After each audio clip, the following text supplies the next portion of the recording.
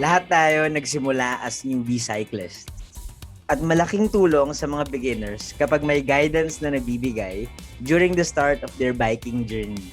I'll be joined by a photojournalist who started biking during the start of the pandemic.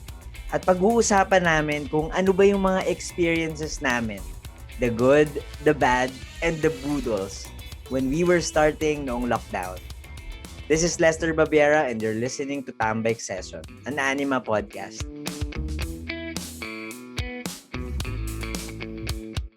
Kasama ko ngayon ang isang astig na photojournalist. Her name is Lisa Marie David. Maraming salamat for joining us here sa Tambike Session. Kamusta? Hi, hello. Hi, Lester, and hi, everyone. Hi, kamusta? Di ba nagsimula ka mag-bike during the pandemic? Can you tell us more about it? Paano ka nagsimula magbisikleta? Bale, April 2022, bumili ako nung second-hand na Japanese folding bike na sabi nung seller, Shimano yung mga components. Pero wala akong alam, so okay lang. Kasi 4K lang naman, pasok sa budget, tapos may basket pa.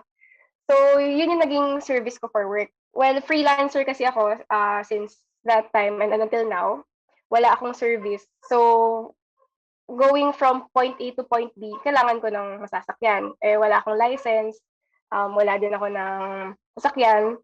Ang only choice ko was to get a bike. Or maglakad, di ba? Maglakad. Nasubukan ko ring maglakad. Tinry kong mag-shoot ng daily life ng lockdown-related pictures. Nilakad ko from area namin sa may QC near Congressional until SM North. Tapos sabi ko, hindi ko kaya to. Ang layo. So, yun yung naging reason ko bakit parang shit, kailangan ko ng bike. Basically, for the first few months nung pandemic, nung mahigpit yung lockdown, bike to work ako. Nagbabike ako papuntang swab testing centers, papuntang hospitals, crematories. Tapos dala ko laptop ko, 2 camera body, 3 to 4 lenses. So basically, dala ko buong buhay ko during those times. Paano mo na sense or na feel na, okay, magbabike ako dahil ba sa nakita mo online? Dahil ba it was getting popular? Kasi ako nabudo lang naman ako ni Jailson, yung friend natin na isa ring photojournalist na sinabi niya, Lester, magbike ka na. Kasi meron naman akong other personal mode of transport. So it was not a problem for me. Pero nagbike ako out of, for mental health, for fitness, ganyan. Pero ikaw, may nagsabi ba sa'yo na, Lisa, huwag ka na maglakad, pwede ka magbike? It was just something that you had an idea and trinay mo. Well, syempre sa work ko, hindi ako pwede mag-work from home. So necessity talaga na makalabas ako, na mag-field work ako. Tapos my partner that time, parang mahilig siyang mag-mountain bike. And parang first few days pa lang after lockdown, parang napag-uusapan na namin, paano ka kakalabas? Paano ka makakapag-shoot niyan? Hindi naman pwedeng entire time nakikisabay ka sa mga ibang photographers kasi walang vaccine nun, malaking health risk kung lagi ako makikisabay sa mga iba, magde-depend ako sa sasakyan ng iba. Ang pinaka reasonable at only choice ko was to get a bike. Sabi ko, sige, try ko muna kasi parang huling beses ako nag-bike, parang 5, 6 years old ako. Hindi naman talaga ako nagbabike. Angkas lang ako that time. So, hindi rin ako sure if kaya kong mag-bike. Kumuha na lang ako sabi ko, sige, bili muna ako ng murang bike. So, nakita ko sa marketplace, 4,000 lang, second hand. Sabi ko, sige, okay lang, basta makaalis ako. Yeah. Tapos, first time kong mag-bike, sabi ko, tinry ko muna if kaya ko mag-balance. Maluwag yung daan nun kaya partly yung introduction ko sa city cycling, medyo madali. Kasi wala talagang sasakyan. Hindi ako nag-worry na baka biglang may jeep na makabangga sa akin or mga motorcycles or galit na SUV. Wala bang, mga galit na SUV, wala pa, no? Wala ring bike lanes during that time, no? Pero parang you feel safe on the road. So yung first time kong lumabas gamit yung folding bike, tinry ko lang sa area namin, mga 1 to 2 kilometers, tinry ko lang papunta sa supermarket, gano'n. Sabi ko, kaya naman pala, nagbabalance naman ako. First legit na ride ko during the pandemic, kinuha ko yung media ID ko sa office ng Rappler sa Pasig. So, Quezon City to, from QC, from Project 8 area to Estancia Mall. Oh, no. So, yun yung Malayo-layo first yan. ride ko ever. Oo. Medyo mahirap, pero kinaya naman. Solo yan, ikaw lang mag-isa na pumunta doon. O Solo. meron kang kasamang ibang Oo. tao. Solo ride, solo ride. I see. Pero Lisa, when you were starting, meron ka bang someone who guided you? Meron bang tumulong sa'yo sa pagbibisikleta? Oo, yung partner ko that time. Kasi nagmo-mountain bike siya. Tapos, kasi wala akong alam sa bike eh. Siya yung nag-recommend kung anong pwede kong ipalit doon sa folding bike. So, sinuggest niya kuha ako ng mountain bike kasi para daw eventually makapag-mountain bike kaming dalawa. Pero ang sinerecommend niya yung Live Temp 2, which is entire time na ginamit ko yon for 2 years, wala akong in-upgrade na kahit anong parts. Ah, So, safe wow. ako from budol. Yes. Pero, yun, siya yung nag-recommend sa akin kung anong okay na gamitin kong bike light, na kumuha ko ng bike computer, na anong okay na mga stores. Kasi that time, parang nag-start pa lang mag-boom ang cycling. So, hindi pa madami yung mga communities na nag-recommend na saan store ka pupunta, ano Mm. yung mga suppliers and all. Tapos syempre limited din yung stocks that time. So ayun, kahit physically away kami, ayun, lagi magka-video, tinuruan niya ako paano mag-shift ng gear, kung yung mga basics. To be fair, hanggang ngayon, medyo hindi ako technical when it comes sa bike. Hindi ko gets yung mga parts, hindi ko ma-identify yung mga components. Pero magba-bike naman. Yan, nakakapunta ka naman ng Pasig from Quezon City, di ba? Yes. At nakakalayo ka, nakapunta ka pa atang Pampanga, right? Tama? Oo, Pampanga ba yun? nakapag-Pampanga ako. Yun yung Ayun. first century ride ko. Ayun. Ako naman, medyo maswerte ako kasi simula akong mag-bike nung pandemic, medyo confident na yung mga tao na magsama-sama. So, yung first legit bike ride ko was from home to Quezon City to Marikina and then back. Pero, group kami. So, maswerte din ako na I think meron akong idea kung how Metro Manila roads work. Kasi kahit nasabihin mo na Mhm. merong mga traffic rules na sinusunod, it's just different yung galawan sa kalsada ng Metro Manila. So, meron akong friends, so si Jelson, other friends ko from school publication na nag-guide sa akin na mag-bike sa Metro Manila. Pero how about you nung Quezon City mo to Pasig? I'm pretty sure it's quite overwhelming. Solo mo talaga yon na wala kang kasama, walang any tips na nabigay sa perhaps ng other photojournalist friends mo rin or yung partner mo that time? Mm. Parang wala. Nag-depend lang ako sa Google Maps yata, tsaka may tinry akong isang app na nagtuturo ng directions, ideally for bikes. Nakalimutan ko yung pangalan, pero kaso ang lalayo ng tinuturo. Sinundan ko na lang din yung Google Maps. Kasi parang nung time na yun, wala pa akong kakilala na photographer, na photojournalist na nagbabike.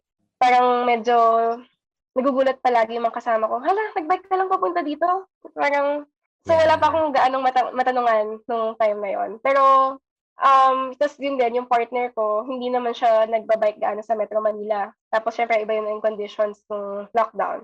So wala, parang kinapa ko talaga siya from scratch, yung pagbabike sa city. Nahirapan ka? Mahirap?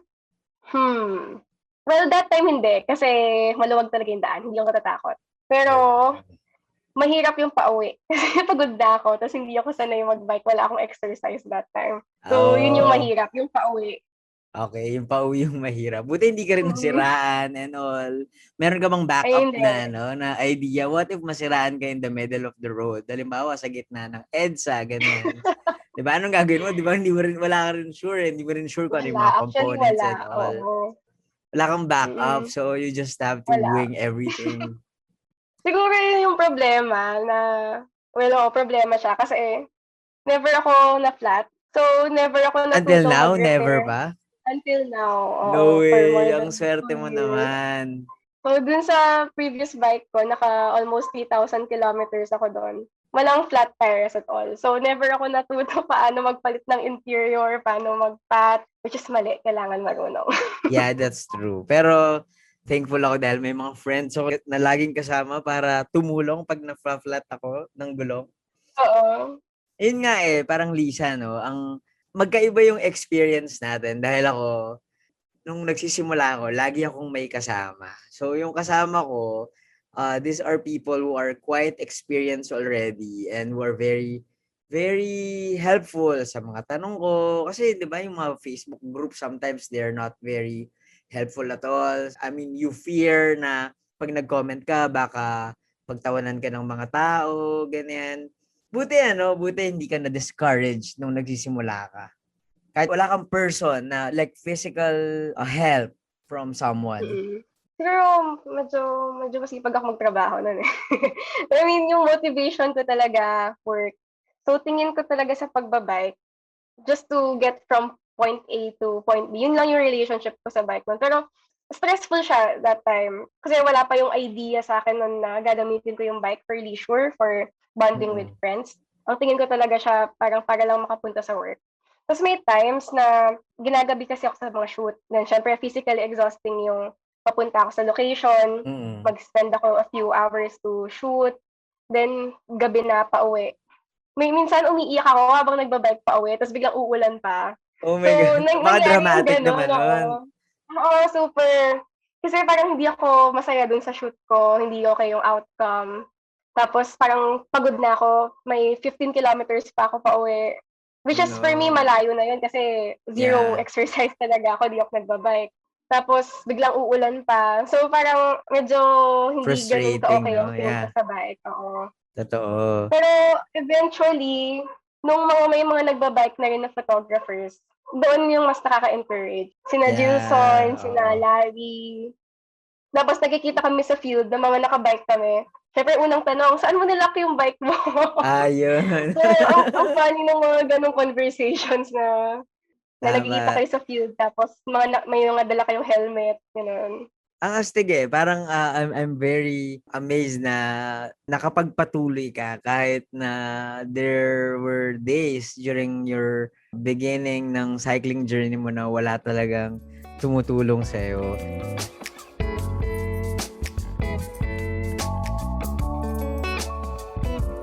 Lisa, meron pa akong isang tanong. What are the mistakes na nagawa mo or na-experience mo during the time na feeling mo, sana nagawa ng paraan kung merong tumulong sa'yo? Tapos, na ngayon, alam mo na kung paano bigyan ng solution. Well, sa mistakes, wala. Walang mistakes. Walang mistakes, perfect. Well, sabagay, hindi ka nga nabubutasan ng hindi kasi gulong, ako diba? na-flat. Yun yung pinakamalaking concern, yung ma-flatan talaga. Pero kung nangyari sa akin yun, syempre ang advice ko, dapat marunong magpalit ng interior, marunong mag-patch.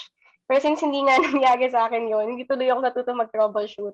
Pero yun yung kailangan na matutunan. Mistakes, ano pa ba?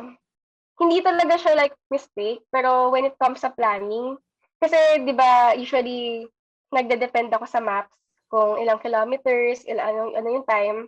So nung first few rides ko, hindi ako marunong mag-estimate. Hindi ko alam na kapag sinabing 10 kilometers, ilang minutes kong kakayanin yon or ilang oras kong kakayanin yon. So laging mali ang estimate ko, tapos minsan sobrang ginagabi na ako. Oh. So, ayun. Sa logistics, may times na parang nakakatakot kasi yun nga, late night, gabi, mag-isa ako, tas babae. Parang medyo nakakaba siya. Hindi ako nag-share ng location that time. Walang may alam ng location ko. Although, good thing na safe naman ako during those times. Dapat nag-share pala ako ng location lagi, knowing na mag-isa ako. Tama. Ako din I usually share my location just in case, diba? Pero wag naman sana. Para alam din nila kung at least merong someone na may alam kung nasan ako, saan ako pwedeng mahanap just in case, diba? Ako naman, yung experience ko is that hindi ako nakinig when people were telling me na masyadong malaki yung gusto kong bike na bilhin. Kasi naatat na ako Naatat na ako na parang I really want to bike now. Gusto ko na talaga mag-bike. But then yung available bicycle ng model na gusto ko is too big for me. So sabi ko, hindi, kaya yan. Ako yung mag-a-adjust for the bike. And then it turned out, after a while, ang sakit pala sa katawan. Kasi nga, the bike was too big for me. Anong size yung bike frame na kinuha mo? Anong size ka dapat? Yung kinuha ko, 54.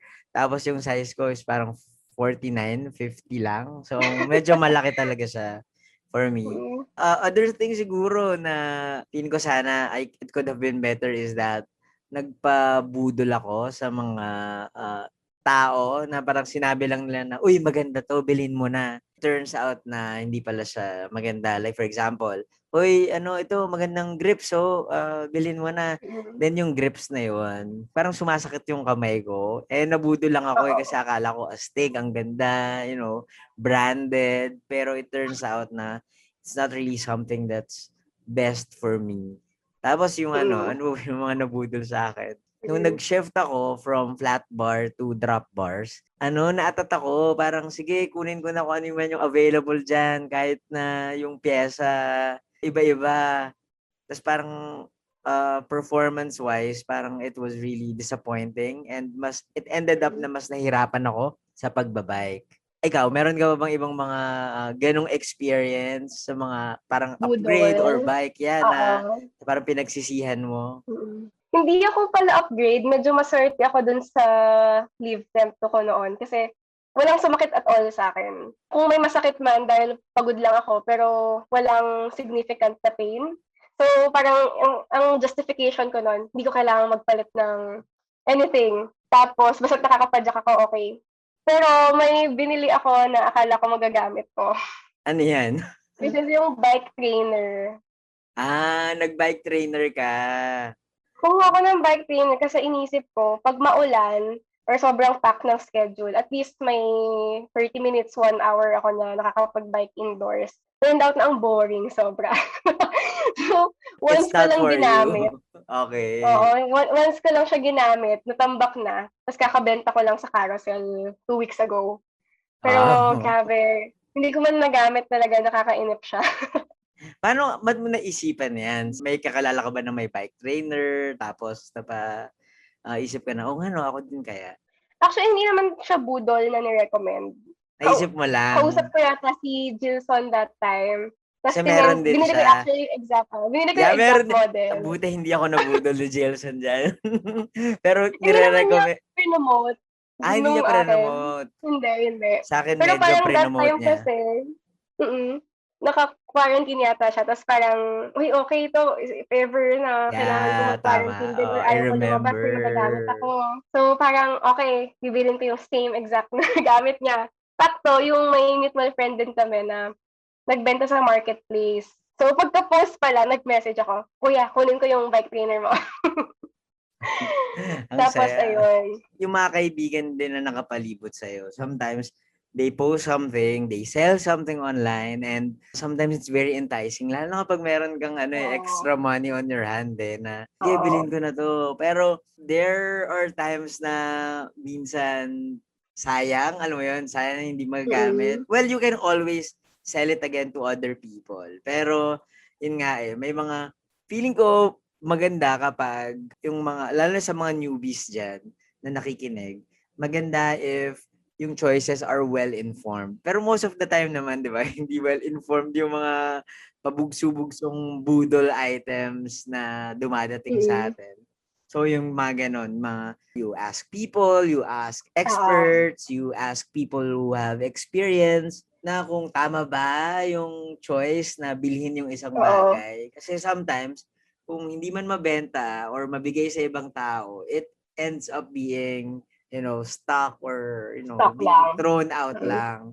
Lisa, nung nag-upgrade ka, tama di ba? Nag-upgrade ka from folding bike na second hand to a different bicycle. I'm pretty sure meron ka ng certain knowledge about bicycles noon. Pero may tumulong din ba sa'yo? May mga tips ka bang nakuha from other people? What bike to get? Yung pinalit ko dun sa folding bike, Leave Temp 2 sa mountain bike. Ang nag-recommend din doon yung partner ko. Kasi gamit naman niya yata noon. Parang yung equivalent na bike nun sa Giant. So, ni-recommend niya yung mga women-specific na frame. Sabi niya, okay ang RockShox.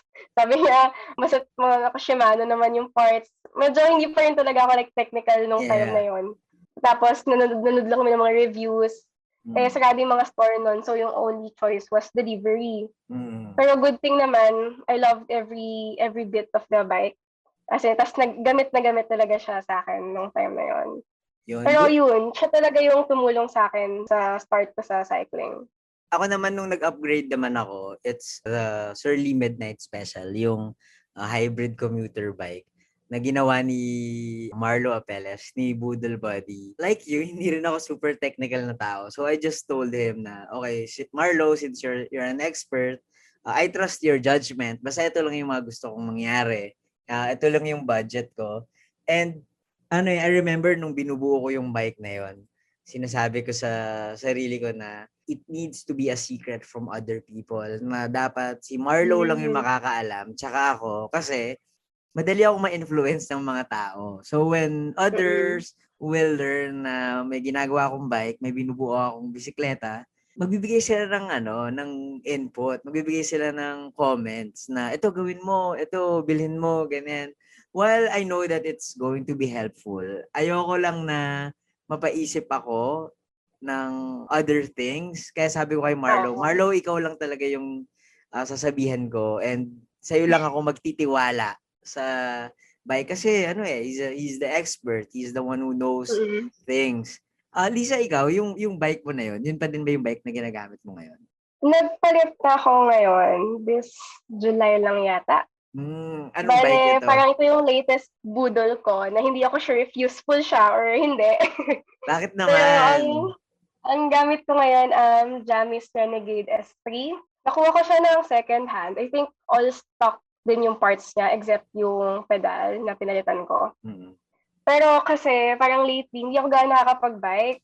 Ang nangyari kasi, kaya ako nagpalit ng bike. Pumunta ako sa isang coffee shop ng isang friend. Merong Surly, I think midnight special din. May straggler yung girlfriend niya. Siyempre ako, never pa kasi ako nag-drop bar that time. Laging flat bars. Gamit ko yung sa previous bike ko. So parang sabi ko, uy, patry nga nito. So, na-adjust na yung seat for me, tinry ko. Parang shocks, yung size parang pwede sa akin. So yun yung first time ko na makahawak ng drop bar. Yun yung first time ko mag-attempt man lang. Pero hindi man ako nakapag-bike kasi natakot ako pag nabagsak ko yun, syempre, wala naman akong pampalit. Pag nagasgasan ko yun, syempre. For me, medyo budol yung bike ko ngayon kasi yun nga, medyo busy sa work and mga training. So hindi ako gana nakapag-bike. Pero ang saya na nabili mo yung parang gusto mo, ganon. Totoo. So, Iba rin naman yung happiness, di ba? Hindi natin yan, i-discount sa mga tao, yung happiness na nabibigay ng mga budol at mga purchases. Oo. Nirecommend siya nung isang friend kasi nung una, gusto ko sanang mag-build, pero nagpakita siya ng sample costing. Parang, shocks, hindi ko kaya yung gantong gastos. Sakto, merong size ko sa marketplace, tapos parang, uy, check mo to, if hindi mo trip, pa-repaint mo na lang or what, ganon. Nung una, medyo hesitant pa ako, pero nung nakita ko, tapos nagamit ko, uy, I love it. Tapos, kaya ko kasi gusto kong mag-front wrap para sa bag ko. Kasi parang ayoko iniisip yung camera ko pag nasa likod eh. Ayoko naka-bag na, sorry naman yun. Ayoko yung naka-bag na yung lahat ng weight nasa body ko. Yes. So, yun yung medyo inisip ko if budol ba siya eh. Pero, I love worth it. Ina-assess mo ba? Baka worth it naman siya. Worth it siya. Hindi lang ako nakakapag long ride pa, pero worth it siya.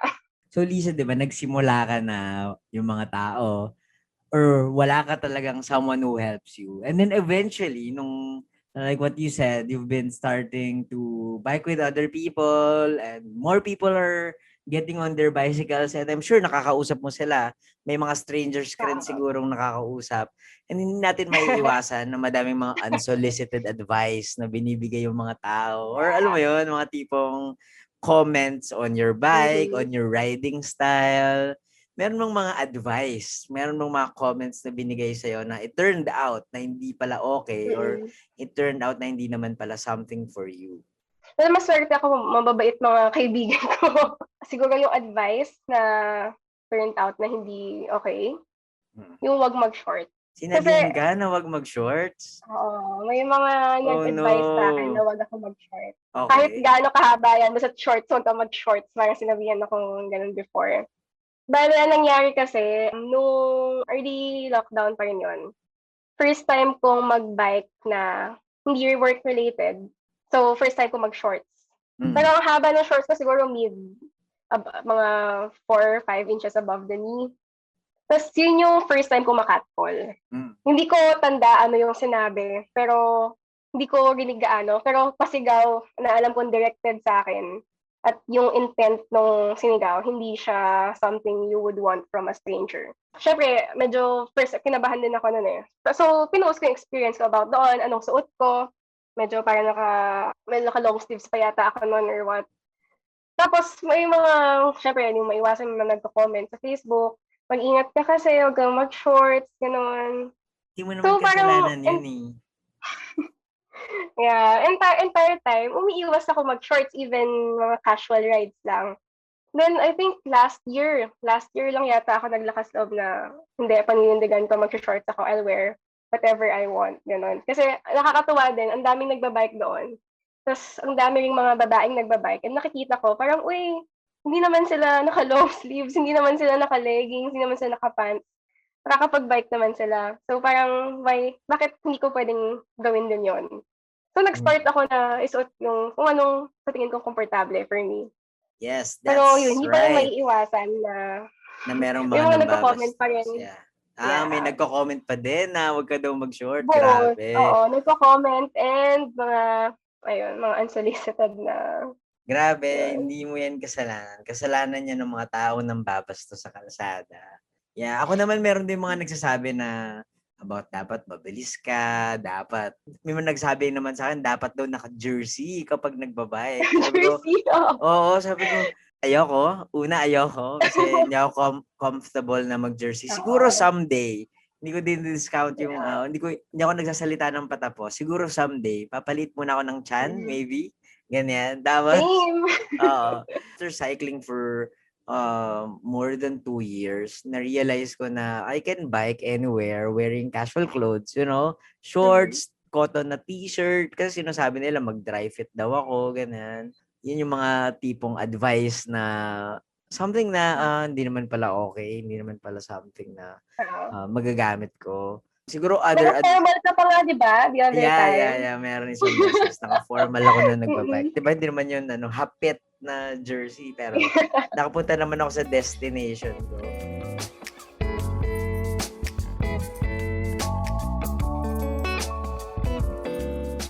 May mga nagsasabi din, alam mo yun, may other people are telling na dapat daw yung mga parts na ginagamit mo, medyo expensive, dapat quality, ganyan. Well, I realize that these are stuff na very intimidating in a way na syempre hindi naman laging meron kang budget for those kinds of expensive stuff. And I realize na dapat ma-determine mo kung anong klase ng cycling yung gusto mo eh. Kasi kung hindi ka naman into the performance or comfortable ka with the cheaper parts, edi go for it, 'di ba? Hindi naman requirement na mahal yung mga kinakabit mo sa bisikleta mo. Totoo.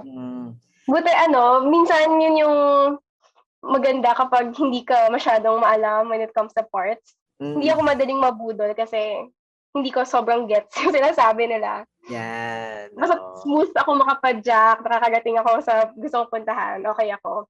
Pero syempre, minsan mag-google ka, di ba? Tapos parang, shocks, ang ganda nung sinabi niya. Totoo. Pero Lisa, meron bang greatest step or parang best steps na binigay sa'yo nung nagsisimula ka pa lang na until now na nagagamit mo? Si Gilson yung nagsabi sa akin na humanap ako ng cycling community or community outside work, outside photojournalism in general. Na until now, sinusubukan ko. Kasi mahihain ako eh. Hindi ako pala sama talaga sa mga group rides.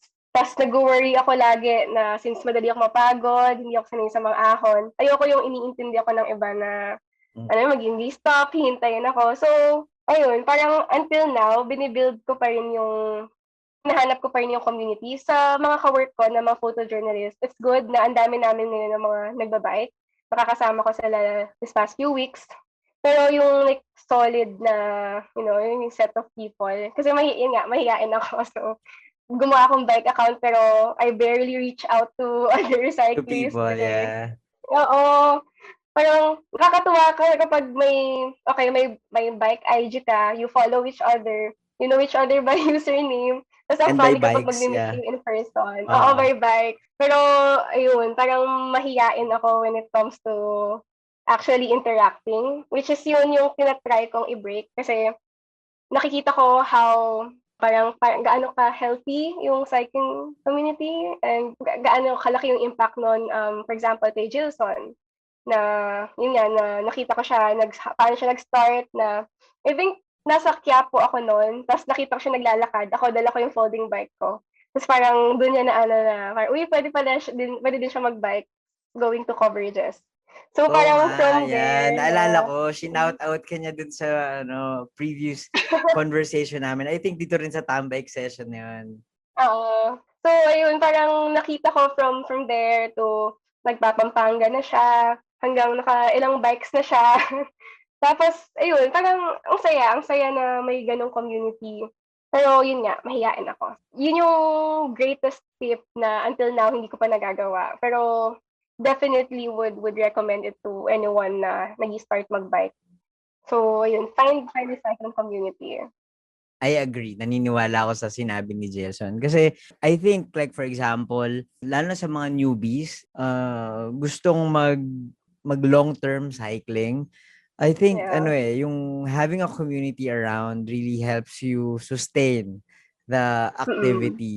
And kasi ang daming pwede mong ma-encounter na problema, pwede kang ma-intimidate kagad, pwede kang mapaghinaan ng Oo. loob. But if there's someone who will encourage you, hindi ka magi-give up kaagad. And naalala Mm. ko, 'di ba?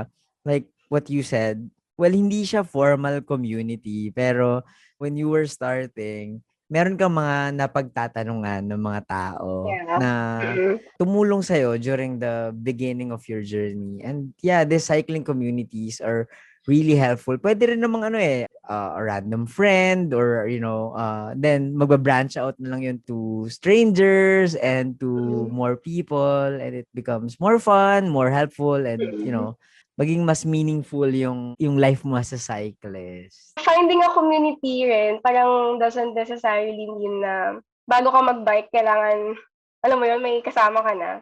Kasi merong Tama, one tama. time na nag-bike ako mag-isa. Parang tina-try ko lang ulit kung kaya ko pa bang mag-antipolo kasi parang na-stop ako for a long time. Tinry ko mag-isa, nagpunta ako sa coffee shop. Ang laking sense yung nakaka-intimidate yung mga andon kasi makikita mo yung mga brands ng mga frames nila. Tapos minsan mga overhear yung conversation nila, usapang group set, usapang ano yung Oh mga upgrades no. nila or very parang nakaka-intimidate talaga. Tapos parang syempre makikita mo magkakakilala talaga sila. Yung that time na mag-isa ako, I wasn't expecting anything. Parang okay, try ko lang kung kaya ko pang mag-bike, then uwi na ako. May mga na-meet ako na other cyclists na ang funny kasi mga kakilala din nila Jason. Since nakalabas yata yung camera ko that time, ang first conversation, photographer ka ba? And then turns out photographer din yung isang guy. And then inintroduce na sa mga circles hanggang nagkwentuhan na and hanggang nagstay for a longer time. Tapos nagkaayang kumain pa. Ano rin siya parang cycling, you can do it alone and from there you can find your community.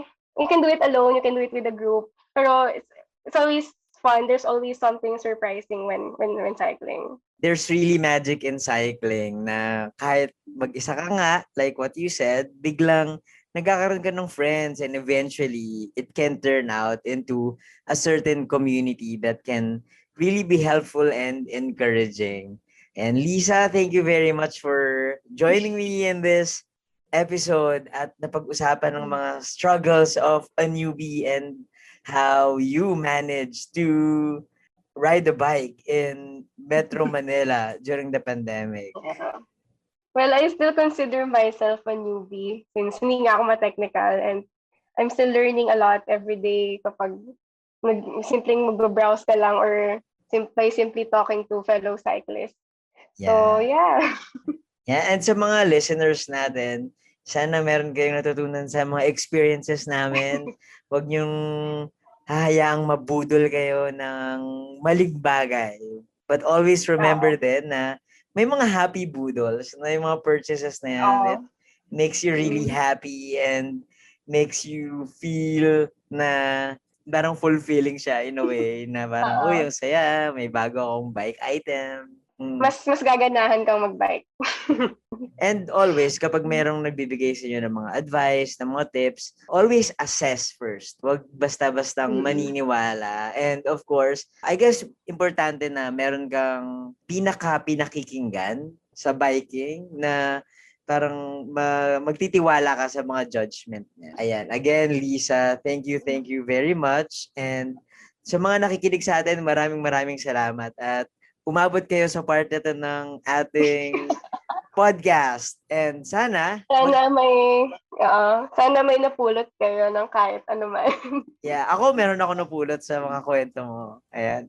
Sobrang nakakatuwa at nakaka-inspire. Sana may madaming nakikinig sa atin na gustong mag-bike and mapulot din yung mga lessons na shinare mo sa episode na to.